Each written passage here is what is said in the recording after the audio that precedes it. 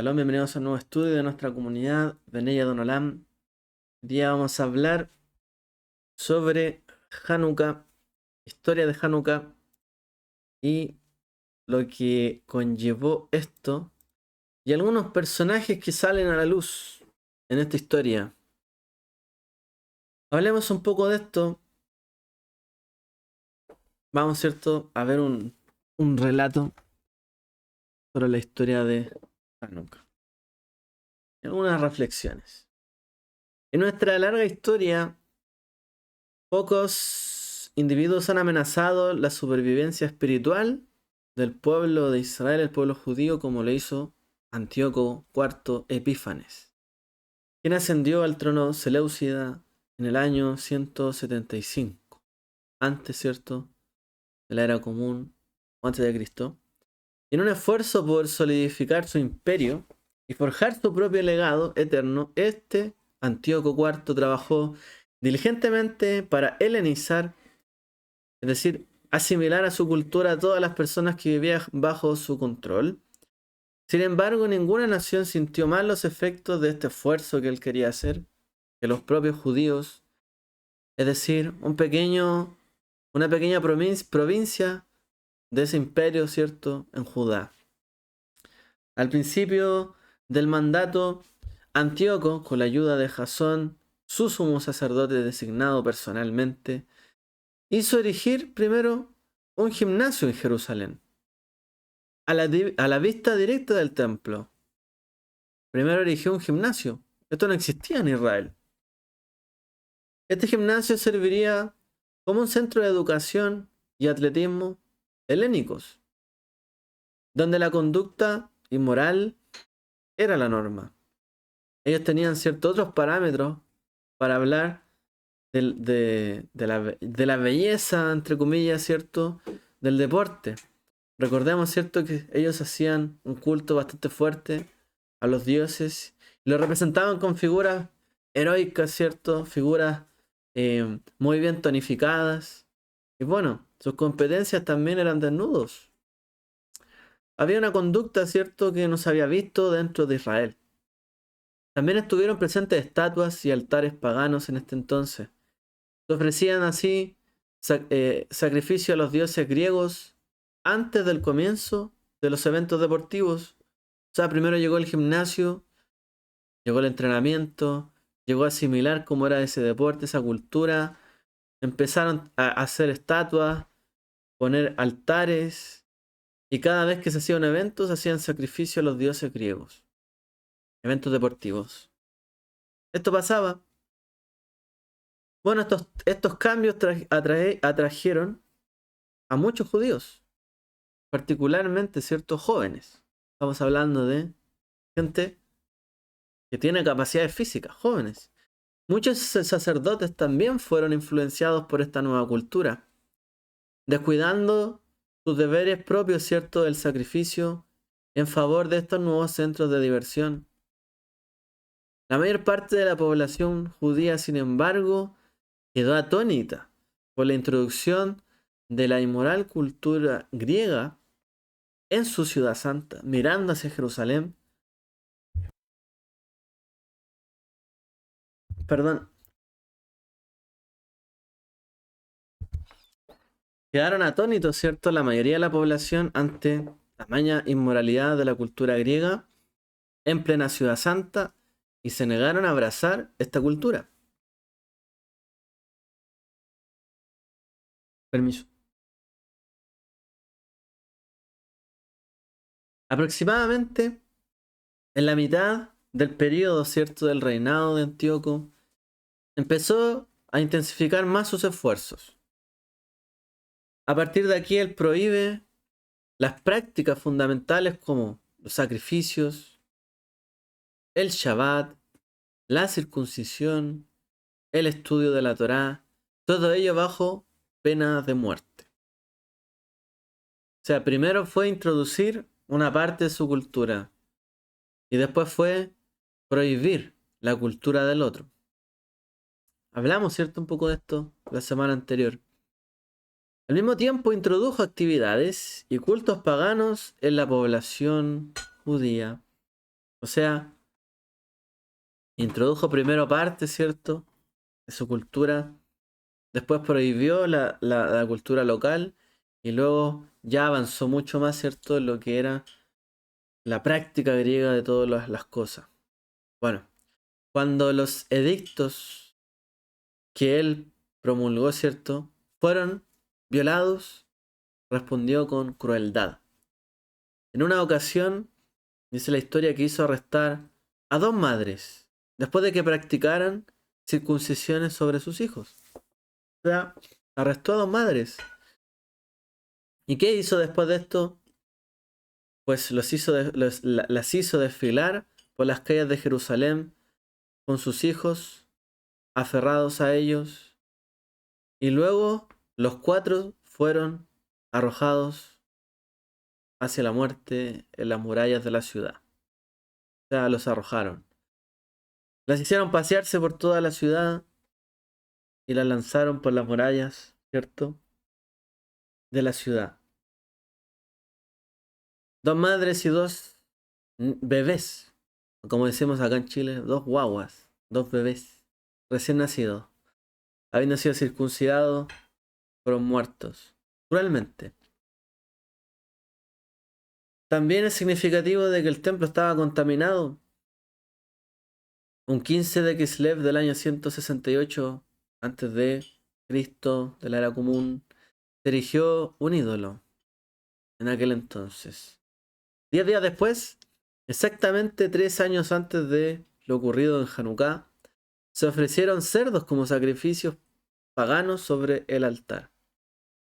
Y la casa de Dios, el templo, ¿cierto?, fue convertido sacrilégicamente en una casa de Zeus. Se transformó en una casa para cena de Zeus. Bueno, hay un hecho puntual en este asunto y es que siempre lo que llamamos paganismo o el politeísmo, si lo llamamos así, ha sido un sistema religioso tolerante e inclusivo. O sea, cuando la gente ha adorado a sus dioses, si alguien tiene otros dioses, vale, yo creo en los míos, tú crees en los tuyos. Ven, hace lo tuyo, yo hago lo mío. Y sí, y muchas veces, ¿cierto?, en esas culturas de repente nace un nuevo dios, o una nueva deidad, un nuevo objeto de adoración, y no hay ningún problema. Cuando hay uno y otro objeto de adoración, de hecho, tiempo atrás en Babilonia, ¿no?, los judíos fueron allá, y en parte ellos también tenían una tolerancia religiosa muy grande, había muchos dioses en Babilonia. Y generalmente el paganismo siempre ha sido tolerante con algún sistema religioso, porque también lo es, y también tiene muchas creencias. El politeísmo, de hecho, por propia naturaleza, acepta la presencia de otras ideas y fuerzas religiosas, o sea, se acepta de que hay dioses, fuerzas, etc. Pero pasa que Antíoco a ningún otro grupo le impuso tales limitaciones religiosas, a nadie más. Claramente él percibió que la mayoría de los judíos continuarían resistiéndose obstinadamente a cualquier intento de helenización. O sea, él dijo, hay que ir un paso más allá. No va a ser fácil con esta gente que acepte esta cultura. Se van a resistir. Porque de hecho el monoteísmo se opone, ¿no?, al politeísmo. O sea, dentro del monoteísmo no se puede aceptar el politeísmo, pero dentro del politeísmo se puede aceptar el monoteísmo. ¿Por qué? Porque ellos creen en muchas cosas. Por lo tanto, que otro crea en sus cosas es aceptable. Pero dentro de un monoteísmo más estricto, no es aceptable que otros tengan tantas deidades, o por lo menos, si las viven, ok, pero dentro de nuestro lugar, nuestra casa, no. ¿Cierto? Esta es la lucha que se tiene hasta el día de hoy. Bueno, él vio que ellos iban a ser obstinados, los judíos. Como dice Josefo en Antigüedades, Y de hecho muchos judíos cumplieron las órdenes del rey, ya sea voluntariamente o por temor al castigo que se le anunciaba. Pero los mejores y más nobles hombres no le hacían caso. Cada día pasaban grandes miserias y amargos tormentos, porque fueron azotados con varas, sus cuerpos despedazados, crucificados. También estrangularon a aquellas mujeres y a sus hijos que habían circuncidado. Y si se encontraba algún libro sagrado de la ley, era destruido, y aquellos en quienes se encontraban perecían también con tristeza. O sea, si usted tenía una Torá, se la quemaban. Además los mataban. Las madres que circuncidaban a sus hijos, las estrangulaban. Los echaban de la ciudad, los lanzaban. Incluso crucificaban a la gente. O sea, aquí partió la lucha, ¿no? Un poco lo que llamamos el martirio. La lucha en honor de la fe. Pasaban grandes miserias. Hay algunos que obedecieron al rey, pero otros que se resistieron.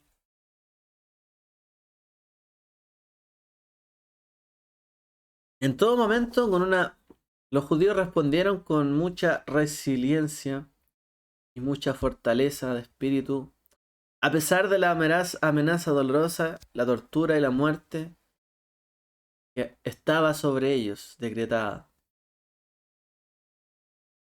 Resistieron de hecho pasivamente, prefiriendo muchas veces el martirio que la revolución. Muchos de ellos. Se registraron muchos casos de resistencia judía de manera pasiva. Por ejemplo, la historia de Eleazar, un sacerdote anciano y sabio, bien connotado, que se negó a comer la carne de cerdo, siendo que le estaban obligando, ¿cierto?, a sacrificar cerdo en el altar. Bueno, él se negó a comer cerdo, a pesar de la muerte que lo esperaba. También hubo otro judío llamado José, que fue brutalmente asesinado por negarse a saquear el templo, a instancia de los soldados griegos, es decir, no quiso saquear el templo y lo mataron. Por supuesto, vemos otras historias de martirio, como el relato de Hannah y sus 7 hijos, que enfrenta las demandas del tirano maníaco contra una mujer noble, indefensa y su familia. También, cierto, se ensañó con familias completas. Bueno, después de tanta pasividad entre los judíos, en el año 166 antes de la era común, la lucha estalla. Y quien encendió, cierto, esa llama ardiente de resistencia contra los Seleucidas fue el anciano Matías, de la familia sacerdotal Hasmonea. Él junto a sus 5 hijos cambiarían para siempre la historia judía. La persecución que estaban recibiendo, ¿cierto?, aquellos que no querían cumplir las órdenes del rey Antíoco, los había llevado a trasladarse hacia Modín, una pequeña y discreta aldea situada al noroeste de Jerusalén. Allí él y su familia esperaban librarse de del peor castigo, ¿cierto?, por sus esfuerzos de resistencia. Sin embargo, pronto esas esperanzas se desvanecerían. Huyeron, pero no se tranquilizó todo. Al poco tiempo las tropas griegas llegaron hasta Modín, esta aldea, y ordenaron a los judíos que se reunieran en la plaza del pueblo, donde se llevaría a cabo un ritual pagano, y este incluía un sacrificio de cerdo a Zeus. Y como anciano de la ciudad y sacerdote, Matatiahu, fue llamado a realizar el sacrificio. Si los griegos conseguían ganárselo a él, el resto de la ciudad iba a tener que hacer lo que él hiciera nomás. bueno, si ahora se permite sacrificar esto y el sacerdote lo hace, el resto del pueblo o de la ciudad lo seguiría. Matatiahu miró a los cerdos, un animal, ¿cierto?, que aborrecían en cuanto a la comida.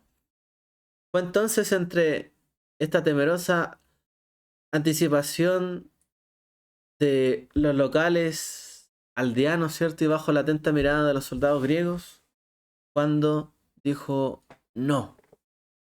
O sea, cometió un acto temerario, mejor dicho. Dijo no y se plantó firme. Y dice Primera de Macabeos 2:21-22 que Dios no permita que abandonemos la ley y las ordenanzas. No escucharemos las palabras del rey para alejarnos de nuestra religión ni a la derecha ni a la izquierda. Que Dios no permita, dice, que abandonemos la Torá y sus mitzvot. No vamos a escuchar al rey para alejarnos de nuestra fe. Y desafiando la postura heroica, ¿cierto?, de Matatiahu, en este momento, un judío helenizado se adelantó para sacrificar el cerdo. Él estaba arriesgando su vida y vino otro judío ya helenizado y dijo, bueno, yo lo hago. En ese momento, el anciano sacerdote lo apuñaló y mató también al comandante griego. Se adelantó un hombre para sacrificar el cerdo y Matatiahu no lo permitió. Lo asesinó como si fuera Pinjas a él y al comandante griego. Y luego se enfrentó a la multitud, haciendo eco de las palabras que pronunció Moshe en el pecado del becerro de oro hace 1500 años. Antes de esa fecha, los desafió diciendo: Mi le Hashem, Aili. Dice: todos los que están por Hashem, síganme. Todos los que están por el Eterno, síganme. Y los habitantes locales inmediatamente se abalanzaron sobre la guarnición griega y la mataron. Oficialmente había comenzado la batalla. Matatiahu no viviría lo suficiente para ver todas las consecuencias de sus acciones. Un año después de la revuelta, él murió. Y antes de fallecer, dejó instrucciones para que su hijo Yehudá, o Judá, dotado militarmente, ¿cierto?, se convirtiera en su sucesor. Y Yehudá fue un líder práctico y un estratega militar detrás, ¿cierto?, del éxito que tuvieron los judíos en la revuelta. E inspiró a miles de personas a tomar armas para la batalla por la preservación de la Torá, de la fe de Moisés. E ideó estrategias para que las fuerzas judías superaran y derrotaran al ejército griego. O sea, que era el ejército más grande y sofisticado de aquel entonces. Difícil tarea y una gran mente. Esta revuelta, la guerra que hubo después, fueron las primeras de este tipo. Por primera vez en la historia de la humanidad se libró, ¿cierto?, una lucha por religión, por fe. Por diferencias ideológicas y religiosas. Más que por consideraciones territoriales. O sea, los judíos no estaban queriendo sencillamente echar a los griegos de ahí. Ellos querían poder guardar su fe. Y como no podían, se armó esta batalla. En el mundo antiguo los paganos no morían por causa de la religión. Y finalmente ser politeísta no era ningún problema. Nunca lo fue. Y para el resto de los politeístas, los monoteístas no eran un problema.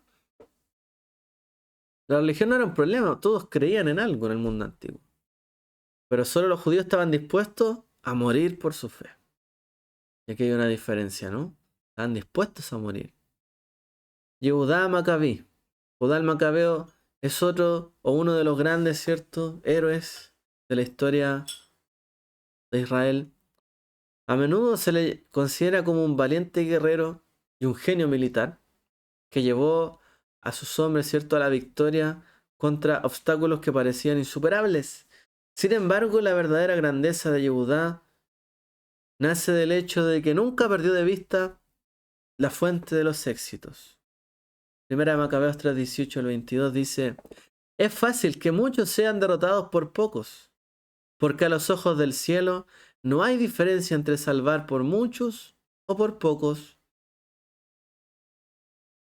No es del tamaño del ejército de lo que depende la victoria en la batalla, sino que la fuerza viene del cielo.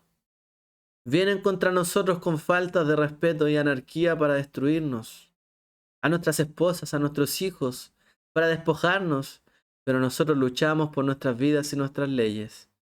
Él, Dios mismo, los aplastará ante nosotros. Es fácil destruir a pocos si somos muchos, pero dice, a los ojos del cielo, es lo mismo salvar a muchos que a pocos.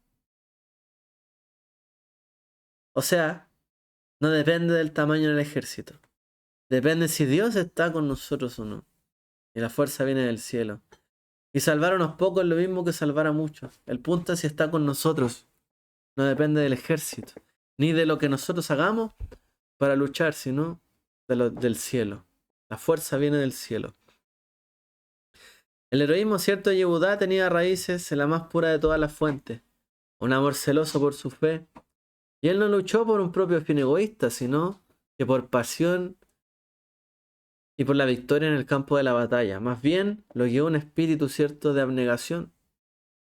Él comprendió que era un llamado de Dios y no podía declinar ante esta misión.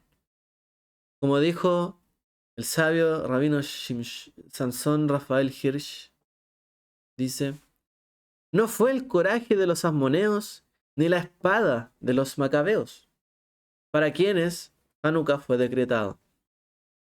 O sea, no es que se decretó Hanukkah por el coraje de los asmoneos, la espada de los macabeos. Las luces son sus símbolos, no signos de poder y dominio. O sea, las luces son sus símbolos, no son signos de poder y dominio.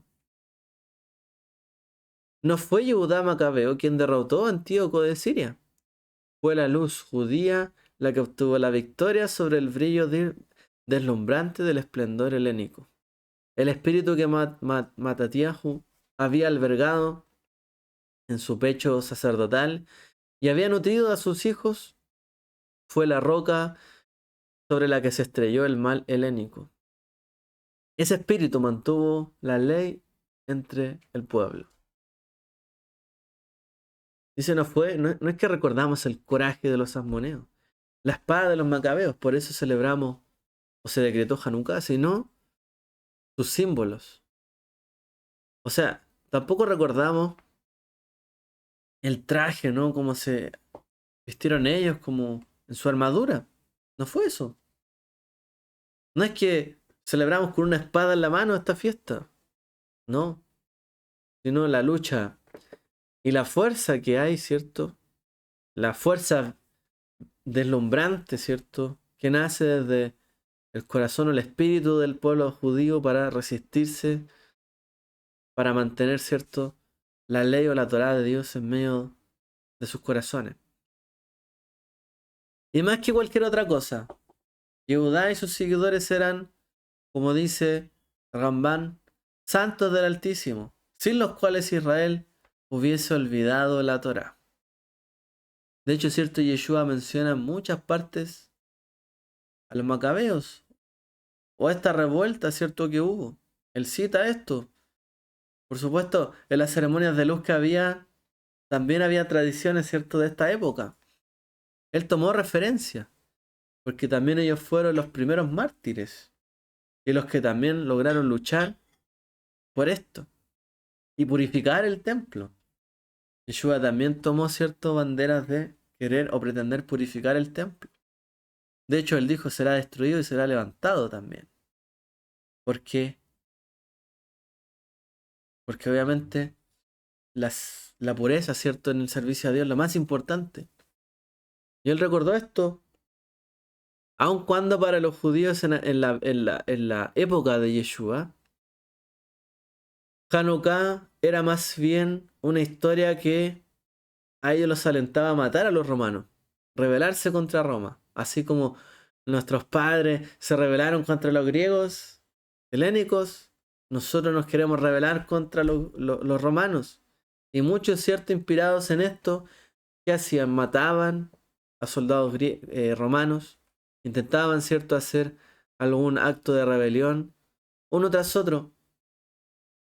Al respecto, Yeshua no estuvo de acuerdo. Más bien, Yeshua, cierto, siempre habló de que estas cosas tenían que pasar, pero había que amar a los enemigos. Había, cierto, que soportar, poner la mejilla. O sea, esa lucha pacífica, Yeshua también la validó, ¿no? De aquellos que dijeron no la haremos. Y si por ello te han de perseguir, Yeshua dijo, bueno, por causa de mi nombre los perseguirán. También lo validó. No es que él no validara las acciones de los Maccabim. El punto es que la gente en la época de Yeshua estaba centrada en que debían destruir a los romanos y ya. El punto es si Dios estaba con ellos o no. Las intenciones que tenían eran puras o no. Yeshua desafió también a su generación por lo mismo.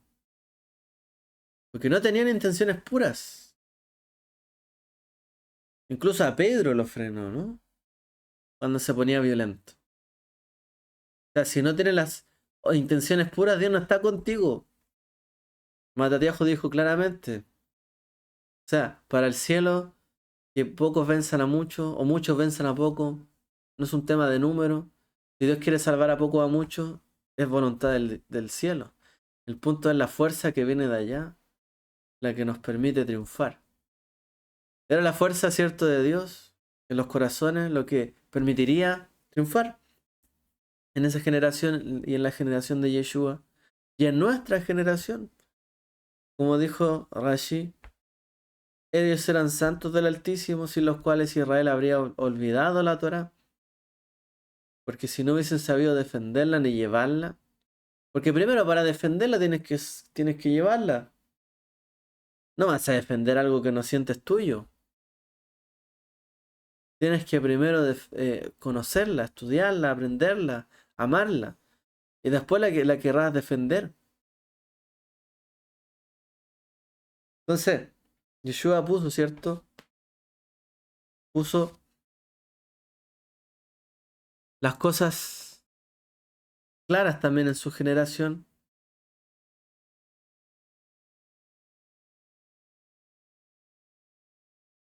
Entonces, fue a través de estas personas que Dios finalmente liberaría a su pueblo. Aquellos santos sacerdotes, ¿no? De los cuales Israel se hubiese olvidado de la Torá. Quizás una tras otra ciudad hubiese perecido, sin que nadie se resistiera tampoco. Pero fueron hombres justos, santos, apartados los que decidieron rebelarse. No fue cualquiera. En el fondo, si él hacía ese acto de sacrificar a un cerdo, todos hubiesen aceptado aquello. Son símbolos. Hoy día en nuestras sociedades hay símbolos también. Yo recuerdo, lamentablemente, ¿cierto? Hoy día, ¿cierto? En el mundo se hacen muchos eh, eventos donde a veces se junta mucha gente y se termina haciendo símbolos inmorales, uno tras otro. Y la ciudad permite esto. Y como la ciudad lo permite, después se hace habitual, común, y a la gente ni siquiera lo ve como algo malo. A lo malo lo llaman bueno. Si el sacerdote hubiese permitido, ¿no? Se hubiese permitido él mismo hacer este sacrificio, ¿qué más queda, no? Para el resto, bueno, ya que lo hizo él, era re fácil conquistar. Quizá a esa gente que tenía ánimos de luchar, si las principales autoridades, se supone los más apartados, también se cedían. Pero no fue así. se pararon, se enfrentaron frente a la inmoralidad que se iba a cometer y dijeron no. Y lo enfrentaron con dureza. Dijeron no. Y esto es lo que falta, ¿cierto? Muchas veces. Eso es lo que falta. Hay cosas que son malas y alguien tiene que decirle. Hay actos que son malos y alguien debe decir esto debe pararse.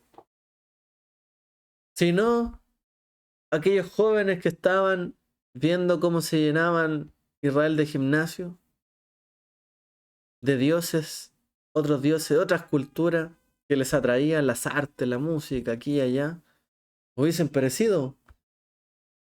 Y esta Torá se hubiese olvidado entre el pueblo.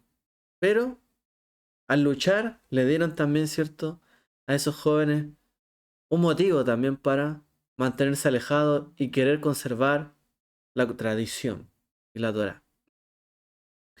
El reinado de Antíoco marca un punto de inflexión en la historia judía y a diferencia de los egipcios, los asirios, los babilónicos, los persas, cuya persecución contra Israel o contra el pueblo judío se dirigió principalmente por motivos de fuerza política, Antíoco apuntó a la fe judía, a la fe de Israel. Y si Antíoco hubiese tenido éxito, yo hubiese podido helenizar en estos intentos a todos los judíos, toda la historia judía y probablemente toda la historia mundial. Hubiese cambiado permanentemente. El que hubiese cambiado, quizás si todo se hubiese helenizado, ¿habría un antes de Cristo y un después de Cristo? Quizás. ¿Qué sabe uno? Pero la historia hubiese cambiado. Y esa historia hubiese cambiado muchas cosas en el futuro. Probablemente gran parte de la historia hubiese cambiado, ¿cierto? Porque los judíos también, si hubiesen perecido en ese entonces y se hubiesen asimilado, ya no existirían más. No hubiese habido holocausto, ni inquisiciones, y persecuciones, y quizás cuánta cosa, ¿no? Bueno, la historia hubiese cambiado bastante. Pero solo la valiente resistencia de los Ashmonaim, los asmoneos y sus seguidores que arriesgaron sus vidas para preservar la fe, aseguró el futuro del pueblo judío. Y es por esto cierto que una de las normas de la Torá del Rambam, por ejemplo, es que si uno se ve enfrentado ante la muerte y a la adoración de otros ídolos, debería preferir la muerte. Porque si todos ellos hubiesen preferido, digamos, eh, asimilarse, ¿qué quedaría de la historia? Nada. De hecho, dentro del judaísmo, los judíos que se asimilaron, de los marranos, ¿cierto? Dejaron de ser judíos. Y alguien diría, pero ¿cómo? Los excluyen, siendo que fueron obligados. El punto es, ¿y si no los excluyen, qué imagen le dan al resto del pueblo que se puede negar a Dios ante ciertas circunstancias? ¿O que deberíamos mantenerlo hasta el fin? Porque eso fue lo que preservó al pueblo judío en la historia. Resistirse, pero también a la idolatría y a otras cosas. Muchos tuvieron que dar su vida. Y Yeshua, de hecho, habló de lo mismo. Dichosos los que sean perseguidos por causa de mi nombre. Nos van a echar de aquí, van a hacer esto y esto otro. Porque es eso preferible antes que abandonar la fe y quizás qué sería del resto.